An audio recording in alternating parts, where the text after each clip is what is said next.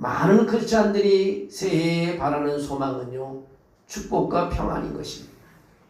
왜냐하면 인간은 완전한 존재가 아니고 크고자 한 인생의 위기를 늘 마주치기 때문인 것입니다. 하나님께서는 우리의 자녀들을 보호하시고 그 인생길에 동행하여 주신다고 약속하고 있습니다. 하나님은 자기 백성들의 삶을 눈동자같이 살피고 보호해 주신다고 말하고 있습니다. 그러니까 우리가 길이 아닌 데는 가지를 말아요.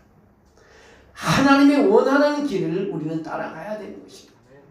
오늘 본문 말씀 사무엘상 19장을 통해 보면 여호와 하나님께서 부르신 종을 얼마나 철저하고 끈질기게 보호해 주시는 것인지를 사무엘상 19장을 통해서 우리에게 보여주고 있습니다.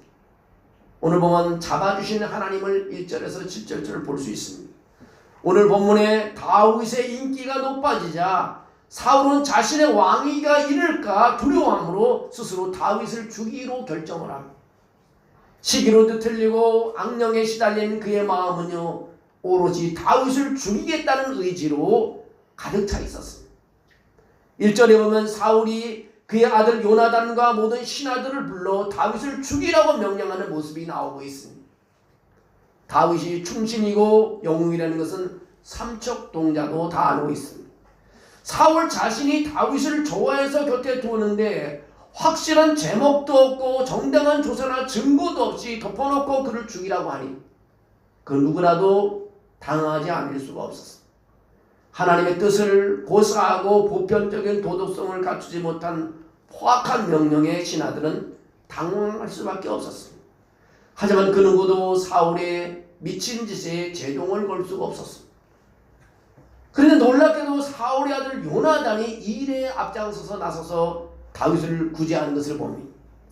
요나단은 부왕 사울의 말을 듣고 즉시 다윗에게 그 위험을 알려주었습니다. 내 아버지 사울이 너를 죽이기를 꾀하였느니라. 그러므로 이제 청하노니 아침에 조심하여 은밀한 곳에 숨어 있으라고 오늘 2절에 말합니다. 요나단의 도움은요, 상황을 알려주고 경고에 그치지를 않았습니다. 요나단은 아버지 사울과 직면해 다윗을 죽이라는 명령이 왜 잘못된 것인지를 조목조목 설명하고 뜻을 거두도록 간청을 합니다.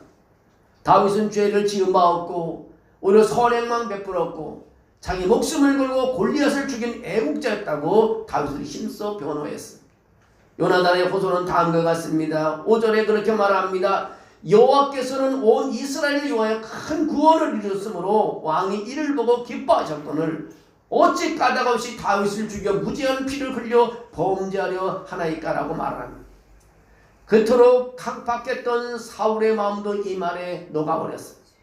하나님의 이름으로 맹세까지 하며 다윗을 죽이지 않겠다고 6절에 말합니다. 사울의 아들 요나단이 다윗을 좋아하는 것은 사실이지만요, 다윗이 왕이 된다면 가장 손해를 보는 것이 누군가? 왕세자인 요나단 자신입니다. 그럼에도 불구하고 요나단은 그렇게 하지 않았습니다. 다윗을 죽게 내버려두지 않았습니다. 요나단은 다윗을 구해냈습니다. 그것은 하나님의 보호하심 때문인 것입니다. 다윗을 구해주신 하나님, 그 하나님이 바로 우리의 하나님이십니다. 나의 하나님이신 것입니다. 2025년에는요 매일매일 그분의 도움으로 여러분은 살아가시는 여러분이 다 되시기를 주의 이름으로 축원합니다. 또 한 가지 8절에서 10절까지 보면 최악을 비켜가게 하시는 하나님을 여기서 볼 수 있습니다. 이미 사울과 다윗의 신뢰는 깨졌지만 다윗은 여전히 충성을 다했습니다. 그는 블레셋과의 전쟁에 나가 큰 승리를 거두고 돌아옵니다. 그러나 다윗을 기다리고 있던 것은 환영 퍼레이드가 아닌 사울의 발작적인 공격이었습니다. 자신을 위해 음악을 연주하는 다윗에게 단창으로 다윗을 죽이려고 했습니다. 하나님의 이름으로 맹세하며 다윗을 죽이지 않겠다고 말했던 사울이 다시 다윗의 목숨을 노린 것입니다. 참으로 만물보다 거짓되고 심히 부패한 것이 바로 인간의 마음입니다. 인간의 마음은 늘 흔들린 것입니다. 약속을 지키지 않았습니다. 사울은 바로 용장입니다. 급작스레 생명을 위협하는 공격을 받은 다윗도 반사적으로 사울을 죽일 수도 있었습니다.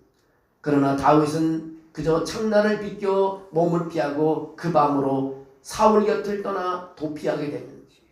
다윗은 삶의 원칙이 그겁니다. 복수는 내가 하는 것이 아니라 하나님이 하는 것이다. 다윗의 늘 신앙이 그거예요. 복수는 내가 하는 것이 아니라 하나님 하는. 하나님의 기름 부은 자를 내가 죽일 수 없다는 것이 그의 신앙인 것입니다. 하나님께서는 우리의 부족한 능력을 잘 알고 계십니다. 우리에게 재앙에 닥친 상황에서도 우리 삶에 들어오셔서 사람들의 마음을 움직이시고 환경을 바꿔주시고 죄악을 피하게 해주시는 것이 바로 하나님이 하시는 일입니다. 우리를 보호하시기를 기뻐하시는 하나님이기 때문인 것입니다. 용장 사울의 창날을 피하게 해주시는 하나님은요, 그 하나님 바로 우리의 하나님이고 나의 하나님이십니다. 여러분, 올 한 해 어려움이 있어도요 2025년은 하나님의 보호하심이 있을 줄로 믿습니다. 오늘 11절에 17절에 보면 대적을 무력하게 만드시는 또 하나님의 모습을 보게 됩니다. 사울의 지병을 보십시오. 다윗이 사울의 궁전을 떠나갔는데도 그는 다윗의 집으로 향하고 있습니다. 끝까지 추적해서 다윗을 죽이겠다는 것입니다. 사울은 암살자들을 보내 다윗의 집을 지키다가 아침에 그가 일어나면 죽이라고 명령을 합니다. 밤새 죽이지 않고 아침까지 기다린다는 것은요, 그를 체포해서 사형에 처할 만한 죄목을 뒤집어 씌우고 약식재판으로 쳐 죽일 계획이었습니다. 그러나 하나님께서는요, 사울의 계획을 무력하게 만드시는 것을 보게 됩니다. 사울의 딸 미갈이 다윗을 피신시켰기 때문인 것입니다. 미갈은 다윗이 병들어 침상에 누운 모습을 만들어냅니다. 나무 우상에 다윗의 옷을 입혀 이불 속에 눕히고 염소털로 머리 모습을 만들어 깊이 잠든 사람의 모양을 연출했습니다. 사울이 보낸 암살자들은 다윗이 병났다는 미갈의 설명을 듣고 아침까지 기다리기로 합니다. 그러나 다윗을 죽이고 싶은 안달이 난 사울은 추가로 전령을 보냅니다. 다윗을 이제 침상째에 들고 오라. 그가 몸이 아파 누웠으면 침상째 4개로 데리고 오라. 근데 사울이 자기 딸 미갈이 다윗을 감쪽까지 피신 것을 알았을 때 얼마나 사울이 화가 지쳐 오르겠습니까? 사울이 미갈에게 그렇게 합니다. 너는 어찌하여 이처럼 나를 속여 내 대적을 놓아 피하게 하였느냐? 이에 대한 미갈의 대답이 인상적입니다. 내게 이르기를, 다윗이 내게 이르기를 17절에 나를 놓아 가게 하라. 어찌하여 나로 너를 죽이게 하겠느냐 하더이다. 사울의 눈에 다윗은 약자인 것입니다. 미갈 생각에 다윗은 사울 왕에게 맞설 만한 힘도 돈도 사람도 없었습니다. 미갈은 다윗을 아버지 사울 왕에 내어놓지 않고 피신시켰습니다. 다윗을 위하는 그녀의 마음에는 한 행동을 보면 하나님께서 그녀를 완벽하게 쓰셨다는 것을 알 수 있습니다. 하나님이 미갈을 움직이지 않고는 다윗이 살아날 수 없습니다. 하나님은 사람의 마음을 이처럼 움직이는 것입니다. 놀라운 것은 쫓기는 다윗은 사울의 아들 요나단과 사울의 딸 미갈의 도움으로 사울의 손에서 벗어날 수 있었다는 것입니다. 여러분, 하나님이 돕지 않으면 어떻게 이렇게 살아날 수 있겠습니까? 훗날 다윗은 이때의 상황을 기억하며 시편 59편을 지어 하나님께 이렇게 말하고 있습니다. 나의 하나님이여, 나의 원수에게서 나를 건지시고 일어나 치려는 자에게서 나를 높이 드소서. 악을 행하는 자에게서 나를 건지시며 피 흘리기를 즐기는 자에게서 나를 구원하소서.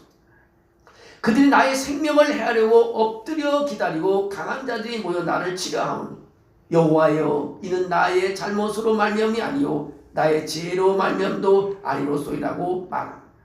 다윗은 골리앗을 죽이고 수차례 전쟁에서 승리한 용장이지만 그는 암살자들과 무모한 싸움을 벌이지 않고 그를 보호하시는 하나님의 손길을 밟고 자신을 하나님께 내어 맡기는 것을 보게 됩니다.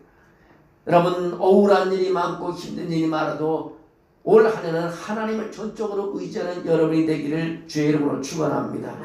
이것은 하나님을 믿는 자는 핵심 가치를 보여주는 사건입니다. 우리는 하나님께서 우리의 대적을 무력화시키는 것을 우리는 더 기대할 수 있습니다. 지금은 성경 시대보다 비교할 수 없이 부유한 자원을 가지고 있습니다. 우리는 하나님께 의지하지 않고 인간의 계획을 그대로 밀어붙이고 있습니다. 하나님의 도움을 찾는 이는요, 자만심을 내려놓아야 합니다. 자신의 무능을 고백하고 우리가 짐작할 수 없는 방식으로 사건의 고리를 새롭게 해결하시는 하나님을 기대하셔야 되는 것입니다. 여러분, 하나님을 기대하십시오. 하나님께서 대적을 무력하게 해주실 것입니다.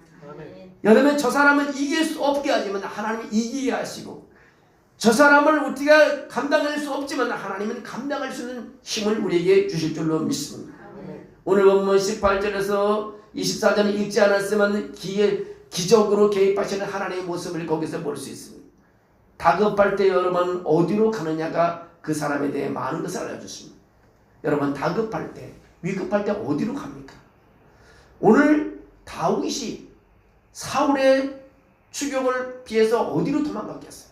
자기를 죽이려는 사람, 왕이 자기를 죽이려 하는데 언젠가는 자기 죽어야 되잖아. 근데 그때 다윗이 어디로 도피했겠습니까? 황급히 도망친 다윗은 고향당 베들레헴으로 가지 않았어. 자신을 도울 수 있는 힘 있는 사람들이 사는 성읍으로도 찾아가지 않았어. 그는 바로 선지자 사무엘에게로 달려갔어. 다윗에게 사무엘은 하늘같이 의지할 스승이었고 자신을 그 인도한 분이신 것입니다. 어려울 때 영적 위치를 우리가 잘 감당해내야죠. 영적인 사람을 찾아갔어요. 우리 인생에 어려움이 될 때 하나님을 찾고 믿음의 사람을 찾고 교회의 품 안으로 들어올 때 위로를 받는 일이 있습니다. 하나님이 품어주시는 것입니다. 여러분 힘들고 어려울 때 하나님께로 오셔야 되는 것입니다.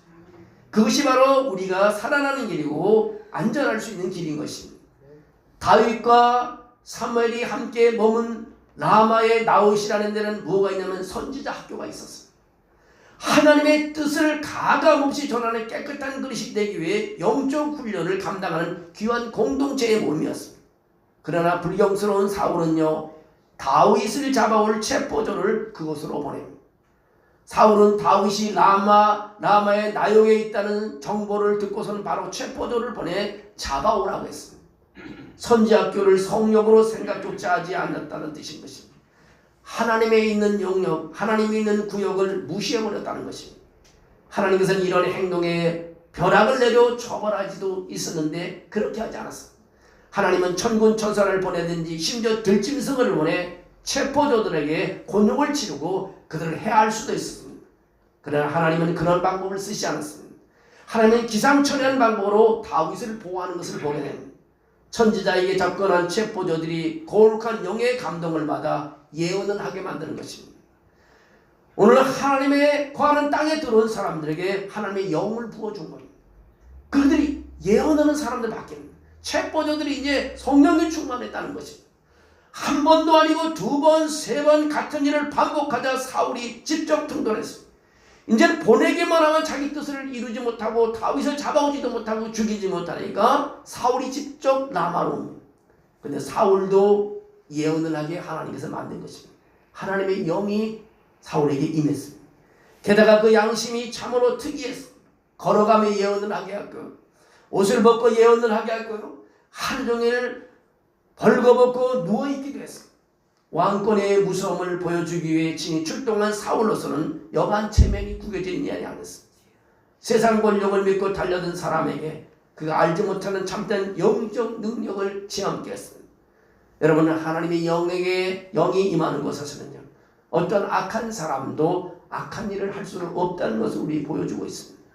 곤란과 위기에 처한 다윗에게 이처럼 기적적으로 권능을 나타내는 분이 누구나 나의 하나님, 우리 하나님이신 것입니다. 다윗에게만 그러실까요? 그렇지 않습니다. 하나님은 그분의 이름을 부르는 사람에게 그분의 영을 부어주십니다. 그분을 의지하는 분에게 그분의 영을 부어주십니다. 그분을 찬양하고 그분께 가서 우는 사이에 예배하는 자들에게 그분의 사랑으로 보호해 주십니다. 성전에 올라가는 노래라는 것이 시편에 있는데 시편 121편에 보면 하나님의 지켜주심을 깊이 신뢰하는 성도의 마음을 아름답게 표현한 시가 있습니다. 내가 산을 향하여 눈을 들리라. 나의 도움이 어디서 올까? 나의 도움은 천지를 지신 여호와에게서라고 말합니다. 여호와께서 너를 실족하지 아니하게 하시며 너를 지키시는 이가 졸지 아니하시리로다. 이스라엘 지키시는 이는 졸지도 아니하시고 주무시지도 아니하시리로다. 여호와는 너를 지키시는 이시라. 여호와께서 내 오른쪽에서 내 그늘이 되시나니 낮에 해가 너를 상하게 하지 아니하며 밤의 달도 너를 해하지 아니하리로다. 여호와께서 너를 지켜 모든 환난을 면하게 하시며 내 영혼을 지키시리로다. 여호와께서 너희 출입을 지금부터 영원까지 하시겠다고 시편 121편 1절에서 8절까지 말씀하고 있습니다. 여러분, 지키시는 하나님, 그 하나님은 졸지 아니하신다고 말합니다. 이런 하나님이 여러분을 지켜주는 2025년이 되기를 주의 이름으로 축복합니다. 오늘 말씀에 살펴본 대로 하나님께서는 그분의 자녀들이 위기에 처할 때 방관하지 아니하십니다. 무력한 우리에게 돕는 손길을 보여주십니다. 큰일이 날 줄 알았는데 최악의 경우를 피해 주십니다. 완벽하게 보이는 대적의 계획을 무력하게 만드는 것입니다. 때로 하나님은요, 직접적인 기적으로 개입하십니다. 이처럼 다양한 방법으로 다윗을 보호해 주신 하나님이 바로 우리의 하나님입니다. 나의 하나님이신 것입니다. 그러니 무엇을 걱정하고 근심하십니까? 빌립보서 4장 말씀에 이렇게 나옵니다. 아무것도 염려하지 말고 다만 모든 일에 기도와 간구로 나아가면 모든 지각에 뛰어나신 하나님의 평강이 그리스도 예수 안에서 우리 마음과 생각을 지켜주실 것이라고 말씀하고 있습니다. 여러분, 새해에는 하나님을 바라보며 걸어가시기를 주의 이름으로 축원합니다. 하나님은 여러분과 함께 해주실 것입니다. 하나님의 나라가 여러분의 가정과 직장과 일터에 임하기를 주의 이름으로 축원합니다. 여러분, 새해에 송궁이 여신이 그때 소원 기도를 다 적었습니다. 저는 1년 동안 그거 가지고 기도하려고 합니다. 새벽에든지 기도 시간이든지 또 제가 교회 나와서 기도하면서 성경을 읽을 때든지 그걸 옆에 놓고 기도하면서 기도하려고 합니다. 여러분이 기도 제목을 다 이룰 수 있도록 하나님이 도와달라고 여러분도 기도하십시오. 나의 하나님이 도와주실 줄로 믿습니다. 그리고 여러분이 가는 길이 하나님의 원하는 길이 되기를 원합니다. 하나님의 원하는 길이 아니면 가지 말아야 합니다. 성경이 가라는 데는 가고 성경이 멈추는 데는 멈춰야 되는 것입니다. 성경이 가지 말라는 데 가니까 어려움을 당하는 것입니다. 그리고 눈물을 흘리게 되는 것입니다. 여러분, 자녀를 위해서 눈물을 흘려보십시오. 정말 여러 아픈 사람을 위해서 눈물을 흘려보십시오. 우리 눈물을 하나님께서 기억해 줄 줄로 믿습니다. 오늘은 울으면요, 내일은 기쁨의 찬양을 드릴 날이 오는 것입니다. 2025년이 여러분의 해요, 나의 해요, 우리 교회의 해가 되기를 원합니다. 우리 장로님이 기도하신 것처럼 많은 영혼을 구원하는 우리 교회가 부흥하는 원년이 되기를 원합니다. 우리 교회가 하나님이 함께하면 하나님이 축복해 줄 줄로 믿습니다. 여러분의 삶 속에도 나의 하나님이 나를 지켜주듯이 다윗을 지켜줬듯이 여러분도 지켜줄 줄로 믿습니다. 하나님 감사합니다. 주님께서 오늘도 우리와 함께 하시고 역사해 주셔서 신년 주일 예배를 드리게 하심을 감사합니다. 나를 지키시는 하나님, 그 하나님이 오늘도 함께 하시고 365일 2025년 함께 해 주시옵소서.